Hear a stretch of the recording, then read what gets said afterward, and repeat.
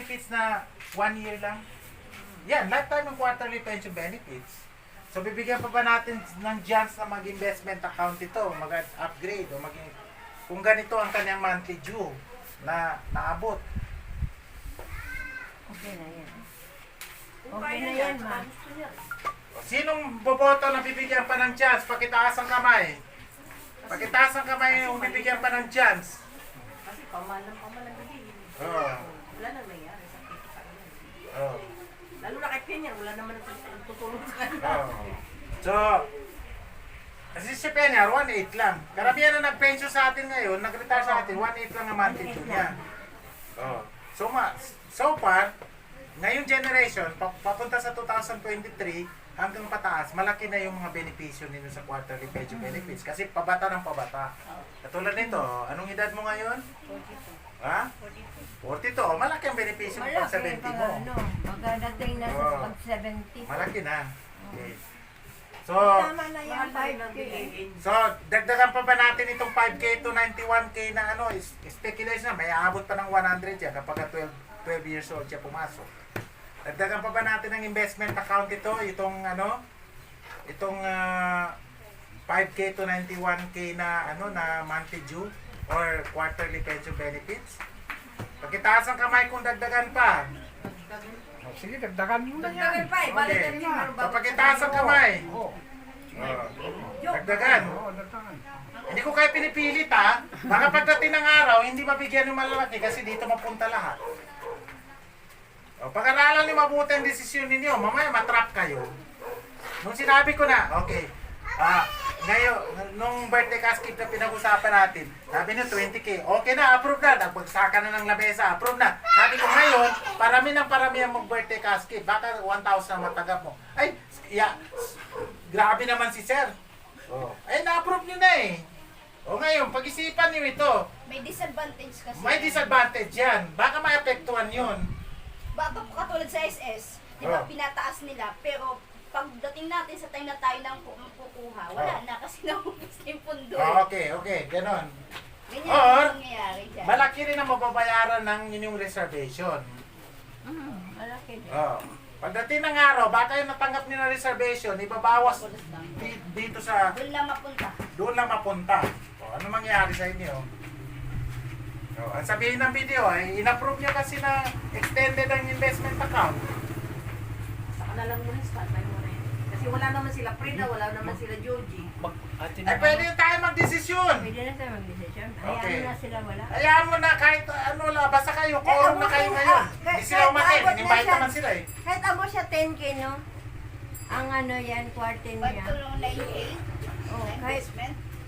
Kasi, halimbawa tumaas man, depende sa kakayanan ng bawat isa sa atin. Halimbawa, nagkaroon kami ng 2 million, ba, di kaya namin yan itaas, di ba? Ay doon sa wala, di ganun pa rin, depende na rin sa performance. Kaya nga, ang mangyayari, mawawala ng pondo itong maliliit. Kasi mapupunta sa inyo lahat. Kasi, bukod sa malaki na yung kinatanggap niyo na quarterly pension benefits, dagdag pa yung idinagdag ninyo na quarterly retirement benefits, matututukan yung malaki kaysa maliit. Kawawa naman yung mga senior. Nakatapin siya eh. Atakin siya.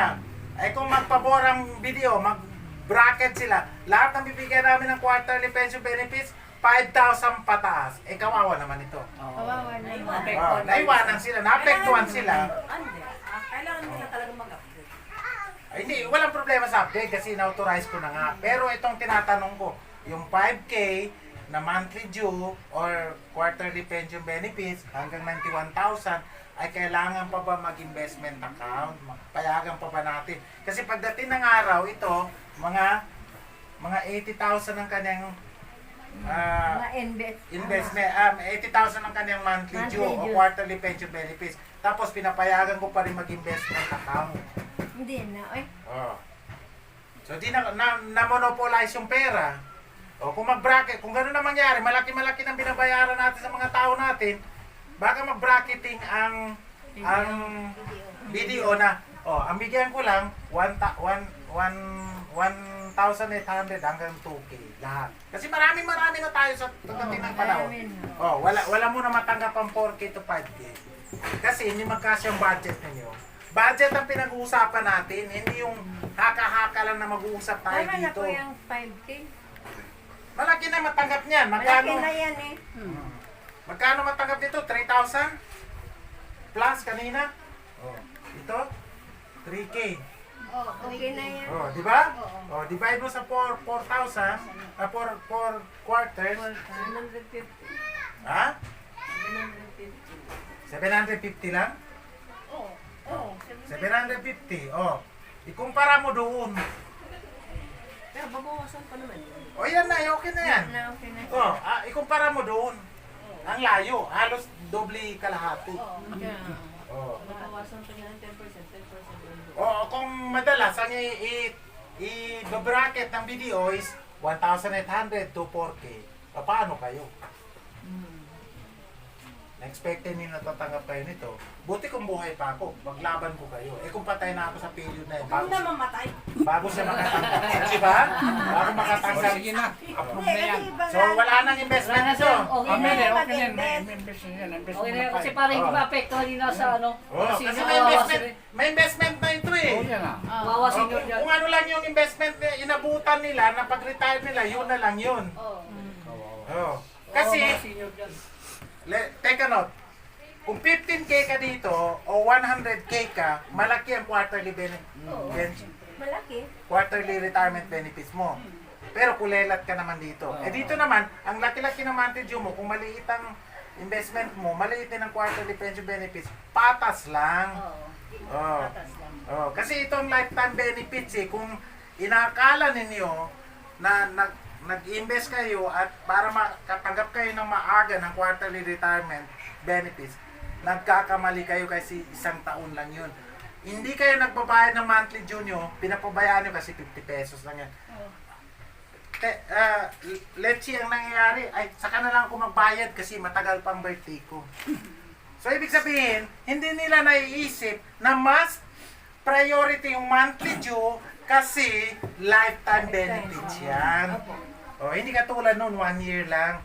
Ang iba, agad-agad nag-invest. At saka na lang ako magbayad ng monthly due kasi 50 pesos naman per month yan. O, ngayon, nag-desisyon ng video na hindi natanggapin ng monthly due na lampas sa period. Halimbawa, January to February. Kahit magbayad ka ng January to February ngayon, hindi natanggapin. March na lang ang tanggapin. Parang SS. Pag Kasi unang pag nabutan. nalampasan na, wala nang balikan. O, wala nang balikan. O, ganun ang mangyayari. Na ano, na O, di putol na yung serbisyo mo. O, sayang naman yung period na madagdag sa taon na binayad mo dapat dito. O, di ba? O, saka mo maisip. Kaya nga sabi ko, yung mga senior, bakit ang late-late ng quarterly pension benefits ko? Kasi yan naman nakayanang magbayad ng monthly due. Hindi mo naisip. Akala mo nag-invest ka ng 15K, yun na yung permanent mo. 1 year mo nang tatanggapin yun. Eh, quarterly pension benefits mo, hindi ka nang bayad ng monthly due, pinapayaan mo. At yan na, matanggap mo, 1-2 na lang. Oh. Sabi niya, sayang. Wala nang sayang, wala nang balikan. Ibalik mo ang edad mo, kung gusto mo. Kaya nga sabi ko, bago tayo magdesisyon, i-fix muna natin kung isipin natin na matagal kung ano bang maapektuhan yan. yung ano kasi para siyang langsam lang. Oh, paano? Ganun siya. Ganun yun. Mas palakihin mo yung lifetime kasi Yung, habang buhay ka yung pa, monthly due mo. habang buhay ka pa, nagbibinipisyo ka. Okay. Okay na. Wala nang investment account ito. Yung 5K to 91,000. O mas mataas pa, ganun. Kasi ano, ito hindi natin limitahan ito. Hindi katulad ng business investment account na may certain limit. Ito, walang limit ito. Kahit aabot ng 200,000, pwede. Hindi katulad ng investment account na 100,000. Dito, dito. Kasi nagbabayad siya ng monthly due. Okay na. Okay, isang bagsak sa 15K. quarterly pension benefits. Maraming salamat.